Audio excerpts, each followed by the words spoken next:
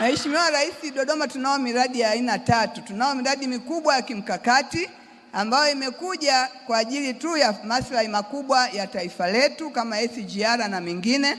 Lakini Dodoma pia tunao miradi ambayo inalenga ustawishaji wa makao makuu ambayo Mheshimiwa Rais umeifanya kwa utashi mkubwa sana, ikiweko mji wa serikali, ikiweko barabara ya mzunguko, ikiweko airport inayoendelea kujengwa, ikiweko makao makuu ya mahakama na miradi mingine mingi.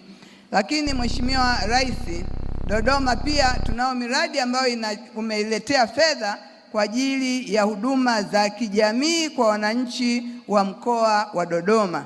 Na miradi hiyo inahusika sana leo Mheshimiwa Rais na hawa walioko mbele yetu, wakurugenzi, wenye vitu wa halmashauri ambao ndio wasimamizi wakuu wa miradi hii ya huduma za kijamii.